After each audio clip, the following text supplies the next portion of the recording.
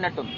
అక్కడ కోర్టు కూడా చెప్తా ఉన్నారు, మీరు 90 రోజులు పెట్టిన తర్వాత మీరు ఏ రకమైన ఛార్జ్ షీట్లు వేసిన తర్వాత మనీ ట్రైల్ ఏం జరిగిందనేది పూర్తి స్థాయి విచారణ జరగట్ల. ఇప్పుడు ఒకటే అంశం చెప్తున్నా, డబ్బులు 3,500 కోట్లు మీరు ఎంతో మెన్షన్ చేశారు. ఆ 3,500 కోట్లు ఎవరో ఒకళ్ళు ఇవ్వాలి కదా. ఇప్పుడు డిస్టిలరీలు ఇచ్చారా డబ్బు అని అడుగుతా ఉన్నా. ఒకవేళ డిస్టిలరీ వాళ్ళు ఎవరైనా డబ్బులు ఇస్తే వాళ్ళు ఇచ్చిన వాళ్ళపైన మీరు ఏం కేసులు కట్టారు? ఇప్పుడు తీసుకున్న వాళ్ళు వీళ్ళ ఫలానా అని చెప్పేసి చెప్తా ఉన్నారు, ఇచ్చిన వాళ్ళు ఎవరో అని అడుగుతా ఉన్నా. దాన్ని తేల్చుకోకోకుండా 3,500 కోట్ల రూపాయలు మీకు ఎక్కడ జరిగిందని అడుగుతున్నా. ఇప్పుడు ప్రజలకి క్లియర్ గా మీరు చెప్పాల్సిన అవసరం ఉంది కదండి.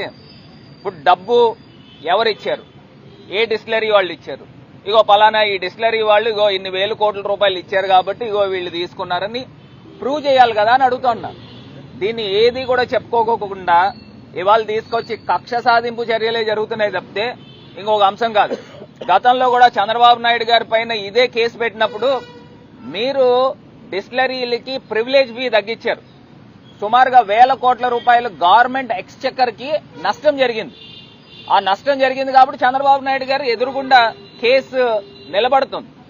ఇప్పుడు మీరు పెట్టిన కేసు ఏ డిస్టిలరీ వాళ్ళు డబ్బు ఇచ్చారు, ఎవరు పుచ్చుకున్నారు, దాన్ని మీరు ప్రూవ్ చేయండి, ప్రజల ముందు పెట్టండి. అంతేగాని మీరు ఏదో కక్ష సాధింపు చేసి ఏదో ఫామ్ హౌస్ లో ఏదో డబ్బు దొరికిందని ఇంకా కోర్టులకు కూడా అనుమతి లేకోకుండా డైరెక్ట్ గా మీరు బ్యాంక్ లో జమ చేశారు డబ్బు.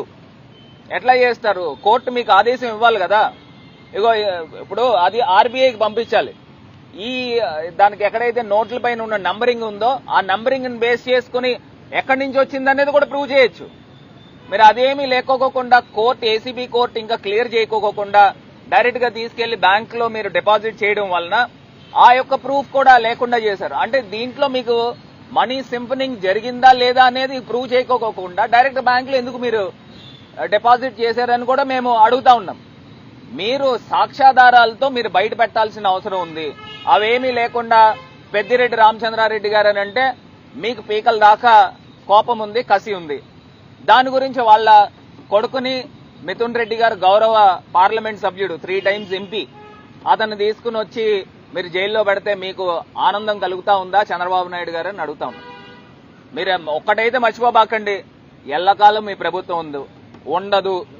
మీరు బయటికి వెళ్లి ఒకసారి ప్రజల దగ్గర మీరు గమనించండి మీ ప్రభుత్వం పైన ఎంత వ్యతిరేకత ఉందో. రాబోయేది ఖచ్చితంగా జగన్మోహన్ రెడ్డి గారి ప్రభుత్వం. పూర్తి స్థాయి విచారణ జరిగి నిజ నిజాలు బయటపెట్టి ఎవరైతే కక్ష సాధింపు చర్యలు చేస్తా ఉన్నారో వాళ్ళు మూల్యం చెల్లించుకోక తప్పదని కూడా ఈ సందర్భంగా తెలియపరుస్తుంది.